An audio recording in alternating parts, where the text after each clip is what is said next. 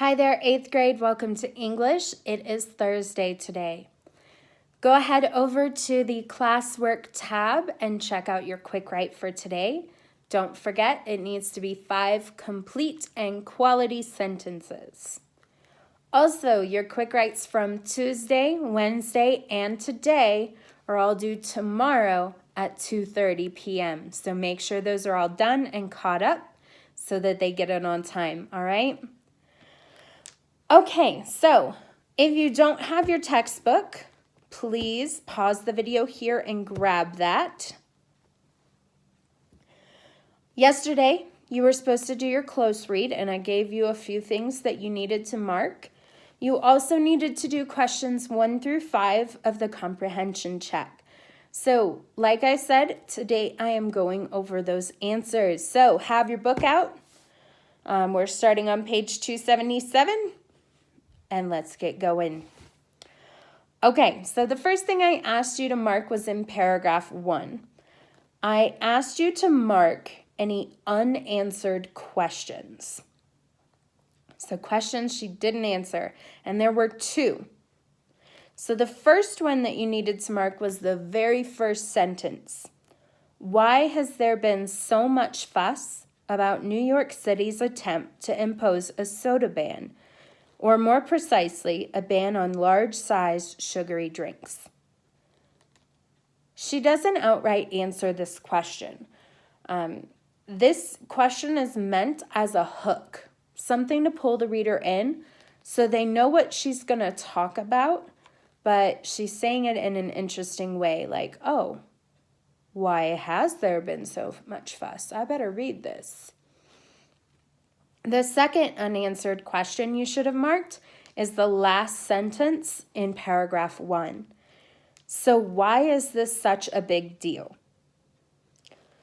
The reason she doesn't answer this question is because this is what's pushing her into the rest of her paper, her argumentative essay here. This is her push into, okay, what I'm going to talk about next is why this is such a big deal. So you can use questions in your writing in that way. They can be hooks. They can be questions to make your reader think or think about what you've already written, so they can be used in the conclusion that way. Or you can use them to push your paper on as a transition. So you should have marked the first sentence and the last sentence of paragraph 1. All right, go ahead and turn the page to 278. Between paragraphs 8 through 10 was the next section I asked you to look at. And I asked you to mark the biases, the different biases she discusses. And there were 4 things here that you needed to mark, okay? The first one is in paragraph 8. In the last sentence, it says cognitive bias. So the only thing you need to mark there is cognitive bias in the last sentence of paragraph 8. The next one is in the first sentence of paragraph 9.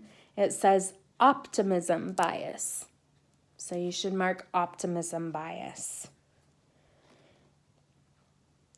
All right, and the next one is in the last sentence of paragraph 9, where it says present bias. Present bias. Lastly, in paragraph 10, the first sentence, it says status quo bias. Status quo bias. So, what are these biases that she's talking about? She doesn't go into a ton of detail, so I just want to quickly talk about those. Cognitive bias is when you come up with something, you act a certain way or have a certain opinion based on your experiences or how you feel about something. And your feelings, your emotions are usually based on your own experience as well. So it all comes down to experience that is informing your actions and your thoughts. That's the cognitive part. Cognitive means related to thinking. Optimism bias.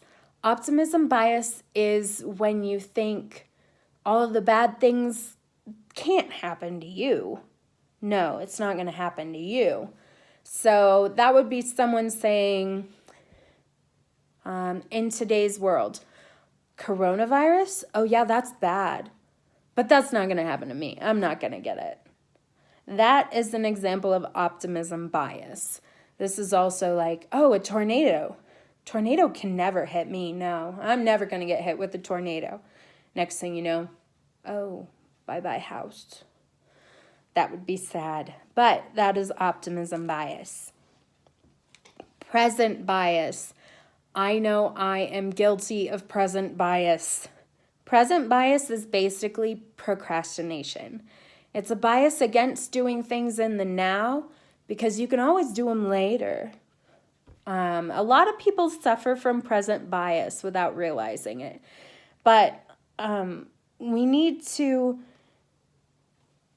we fail to do things in the now that could benefit us later. So that is present bias. Lastly is status quo bias. And I know when I was reading this, I had flashbacks to High School Musical with this one. Stick to the status quo. If you looked on the side, status quo is existing state or condition at a particular time. So, sticking to the status quo is when you stick to where you should be, stick to your state. So, like in High School Musical, stick to the status quo, like the basketball player that wanted to bake. No, you can't bake because you're a basketball player. You can't be both. That was the idea behind stick to the status quo. The status quo bias makes us value what we have over what we could have just because we already have it. So because we have this now, it's better than going out and buying something. That is what the status quo bias is. Sticking to what you have because it's better than having to go out and get something. All right, page 279 is the next one, paragraph 14. I asked you to mark the example the author uses to support her claim. So what was the example she gives here? She says this in the second to last sentence of paragraph 14. So it says, some of us can drive safely at 90 miles per hour, but we're bound by the same laws as the people who can't, because individual speeding laws aren't practical. So it's not logical for us to have a speed limit for each driver. I mean, how would you even post that? Especially if you're going from state to state. So we have one speed limit, and we can't all drive safely at 90 miles an hour. I know people who can't drive safely at 80 miles an hour. So the speed limit reflects the speed that is the safest for people to drive on that road. And that's catering to the majority of people. So yes, some people can easily drive safely at 90 miles an hour, but that's not the case for everyone. And so we can't have a posted speed limit of 90 miles an hour because it's not logical. If only part of the people are driving at 90 miles an hour and others are driving at, say, 80, you've got an issue because now you've got two separate speeds going at the same time, and that makes an unsafe environment. So that is her example here. All right, that is the last thing you should have marked, so go ahead and turn the page to page 281, and let's talk about your comprehension check questions, okay? So, number 1, what new law was proposed in New York City? What was the new law? Well, They proposed a ban on large-sized sodas or sugary drinks. So your answer should include ban on large-sized sodas, at least, if not adding the sugary drinks part, okay? So, a ban on large-sized sodas or sugary drinks. 2, what is a cognitive bias? And I kind of talked about that earlier in the video, so your answer should be something like a conclusion people come to as a result of their personal experiences or emotions. So you should have in there like conclusion or action or something like that based on experiences and or emotions. Okay? So you should have some combination of that information in there for number 2. Number 3, according to the author, what do people fear they will lose as a result of the new law? Well, the people are fearing that they'll lose their other freedoms and lose the ability to make other decisions.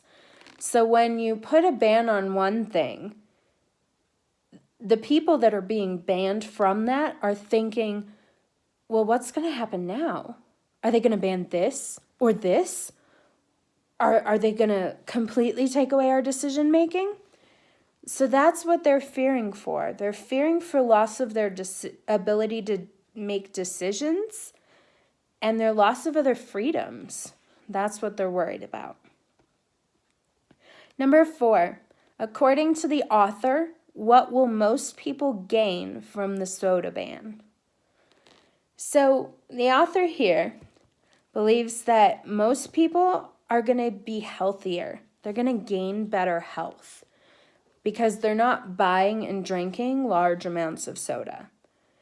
And she even says in here, she understands that you can get a smaller cup and refill it and still get that same amount of soda. The only difference with banning the large-sized sodas is you can't get 2 42-ounce drinks somewhere because they don't sell the large ones. You could get 2 32-ounce drinks, maybe, but I believe she was talking about even 32 being banned. So say 2 16 ounces. There's a 32-ounce drink, but you're not having 2 44s, so you're not having 88 ounces. So they are going to gain better health by not buying and drinking large amounts of soda. All right, and number 5, this is definitely an opinion. So there's no right or wrong answer necessarily, but you needed to write a summary of 3 cheers for the nanny state. So your summary should probably have in there that the writer agrees with the laws like the soda ban and like evidence of that. So like the author talks about the soda ban in New York City and her agreement with it. She discusses the different biases that inform it and what people can gain from this ban being in place. So people can be healthier according to her and not buy as much soda. So something along those lines. That's just off the top of my head. But just a summary of what we read, okay? So that is what I have for that story for you. The next thing after this video that I want you to do is look in your assignments. There is an assignment called Final Thoughts on 3 Cheers for the Nanny State. There's no sentence requirement except that I want complete sentences. But I want you to tell me what you thought of this story, this essay, okay? Did you like it? Did you agree with her? Do you think it's a good thing or not? That's what I want you to tell me, okay? After that, there is a TED Talk. It's kind of short-ish. That's going to pop up on your feed. And I want you to take a look at that as well. It goes along with our essential question for this unit on when is it right to take a stand, okay? Goes into taking a stand in general. So I want you to check that out, please. There's no assignment with it. I just want you to watch it, okay? Other than that, I have my office hours today from 1 p.m. to 4 p.m. If you have any questions, please ask them. Or you can use that time to do a check-in, or you can check in other ways. Don't forget to do your check-in, though, because those are now 5 points. So if I don't hear from you by Sunday, you're losing your participation points, okay? Make sure you get that done, all right? So good luck and have a good day.